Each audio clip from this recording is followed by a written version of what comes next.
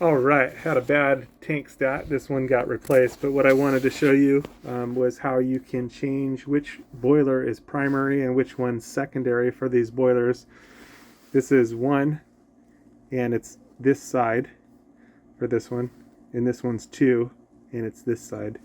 So basically you'd have your wires here and wires here.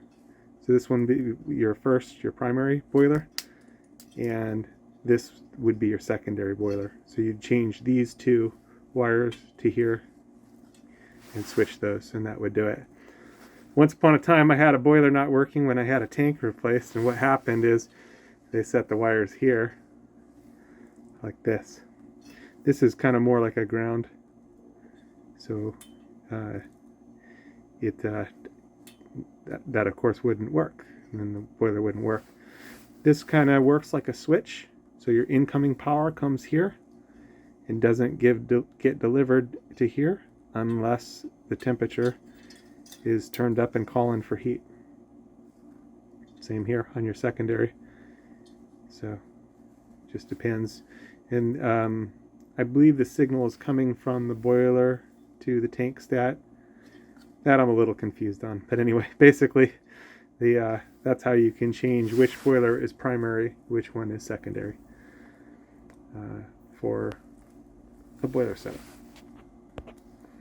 Okay, so here's the boiler where the tank stat feeds into the tank, the boiler, and this is where the deal is here. The new tank stat, and just to show you those wires.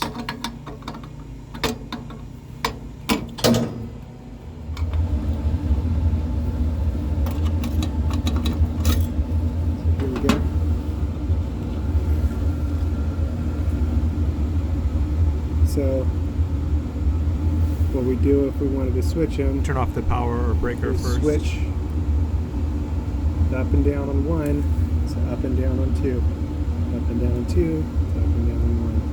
That way. Right now this one is set as the primary boiler, but it's a good idea about every 6 months, 3 months, 6 months, however you want to do it, is to switch which one is the primary boiler. That way you get even wear on the boilers. Story. It's a done deal. And just like thermostats on other appliances, it acts like a switch or a contactor to make or break the hot wire connection. You got to be ready for the Lord's return. The Lord is going to come for his bride anytime. Jesus came to seek and to save those that were lost. That was me. We've all missed the mark. Every person's sinned and come short of the glory of God. But Jesus took the punishment that we rightfully deserve on himself at the cross, and he gives his righteousness to those that believe on him. So if you haven't put your trust in him, call out to him to save you. It's a gift of salvation. You can't earn it. He did it all on the cross, and he calls us to a loving relationship with him. So you are invited to be reconciled to God, something that was impossible. God is holy and our sin separated, but without God it was impossible. But God came to save us. He sent his son Jesus. Again, he took all of our sin on the cross and gave himself so that we could be justified in him. So call out to him, get into the Bible, into the Word, and start to grow so that you're protected from deception. There's strong delusions out there, strong deception, and Jesus is the way, the truth, and the life. He's the only way to the Father. He's the only way to God. So don't get tripped up or tricked, and don't miss out on what is yours through Jesus. Call out to him today. Don't wait. Time is short. He's going to return for his people. And if you missed it, and you find yourself in the tribulation, call out to Jesus to save you.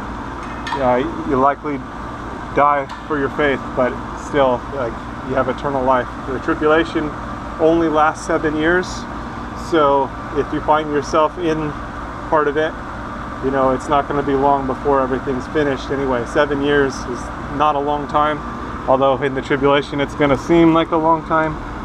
But be faithful unto death. That means trusting in Jesus all the way. There's probably not going to be a lot of food, and it's going to be a difficult situation, but you can still have eternal life through Jesus. because again, he took all of our sin on himself at the cross. So put your trust in him today so you don't miss out, and so that you have the covering, because he is the Lamb of God that takes away the sin of the world. All right, stay safe out there. God bless. God bless you.